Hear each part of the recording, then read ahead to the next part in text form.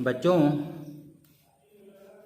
आज मैं आप लोगों को क्लास 9th का second chapter the sound of music पढ़ाने जा रहा हूँ, जिसके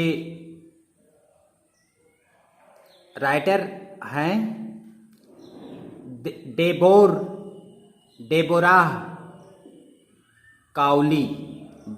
काउली इसके राइटर हैं।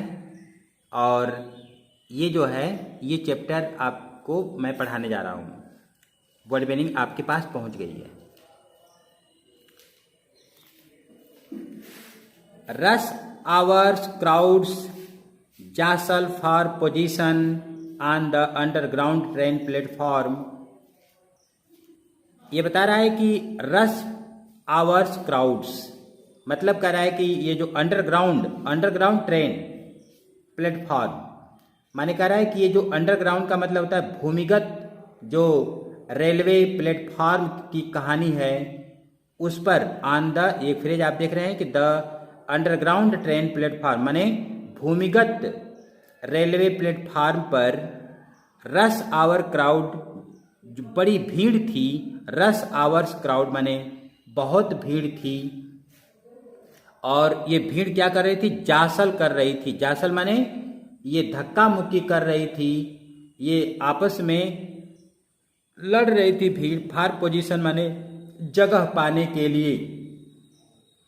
बता रहे हैं कि एक स्टेशन की अंडरग्राउंड प्लेटफॉर्म माने कह रहा है कि ऑन द अंडरग्राउंड प्लेटफॉर्म माने भूमिगत रेलवे प्लेटफॉर्म पर एक बड़ी का रश आवर्स क्राउड्स माने बहुत बड़ी भीड़ वो क्या कर रही थी? जासल माने भीड़ जो है वो धक्का मुक्की कर रही थी। फॉर पोजीशन माने स्थान पाने के लिए, जगह पाने के लिए। अ स्लाइट गर्ल, एक स्लाइट गर्ल का मतलब हो गया एक लड़की। स्लाइट माने कम उम्र की, अपनी उम्र से जो कम दिखने वाली माने कम उम्र की लड़की।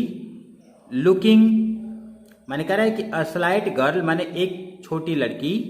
लुकिंग यंगर देन हर 17 ईयर्स जो अपने 17 साल की उम्र से जो छोटी लग रही थी।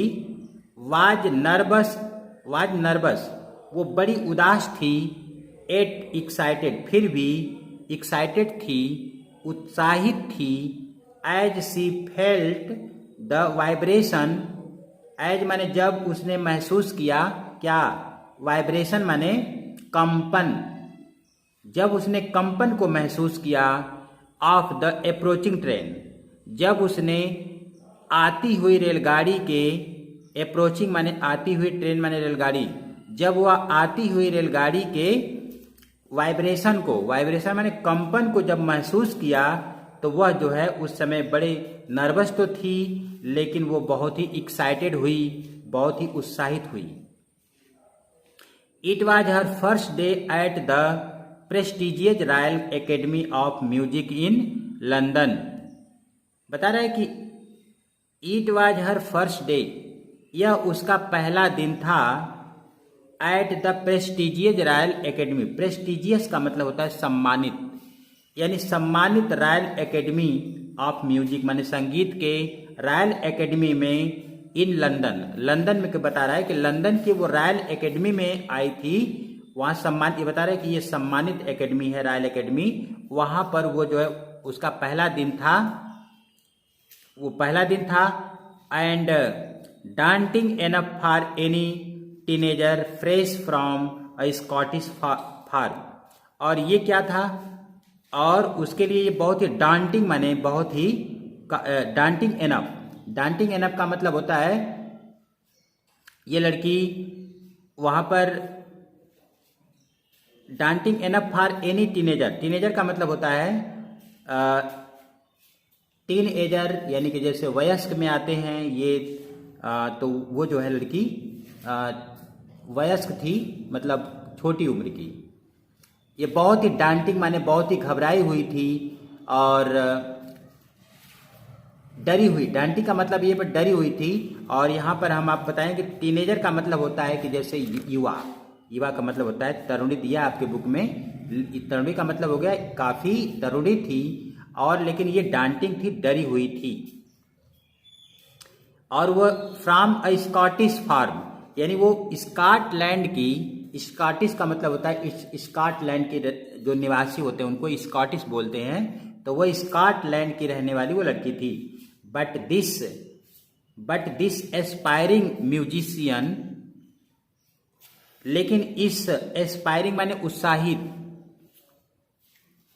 म्यूजिशियन माने ये संगीत वाली लड़की माने संगीतकार, faced bigger challenge than most, उसने क्या किया, एक बड़ा चुनौती, एक बिगर चैलेंज को उसने जो है सामना किया। फेस करना मतलब होता है सामना करना, अब bigger challenge than most, most मैंने कह रहा है कि पहले से बहुत बड़ा चुनौती इसने जो है चुनौती का सामना किया।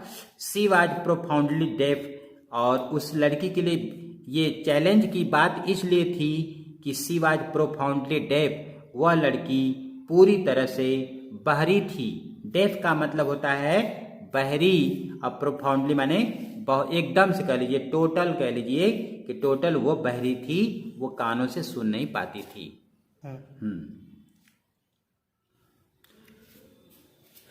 एवलिन जेनी, उस लड़की का नाम था एल्विन जेनी, जो स्कॉटलैंड की रहने वाली थी, वो एल्विन जेनी नाम था उसका।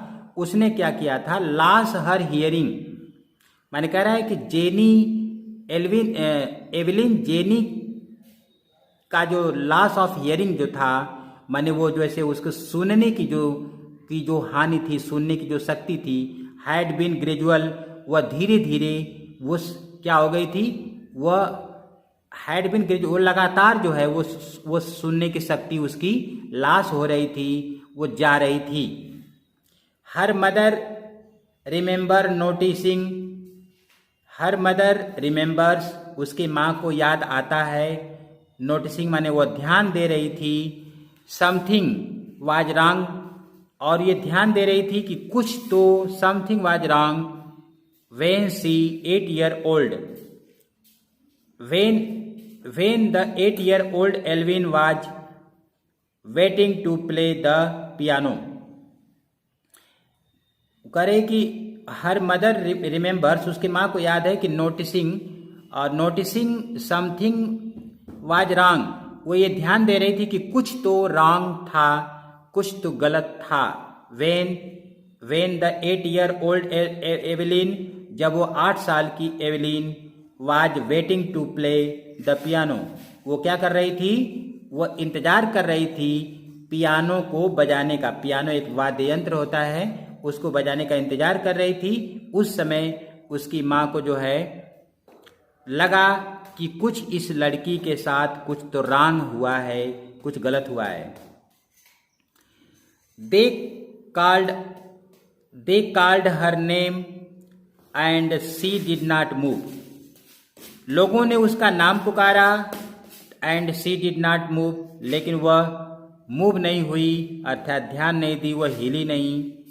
आई सडनली रियलाइज्ड, अचानक एकाएक मुझे ये एहसास हो गया कि शी हैड नॉट हियर्ड, कि वह आवाज नहीं सुनी थी।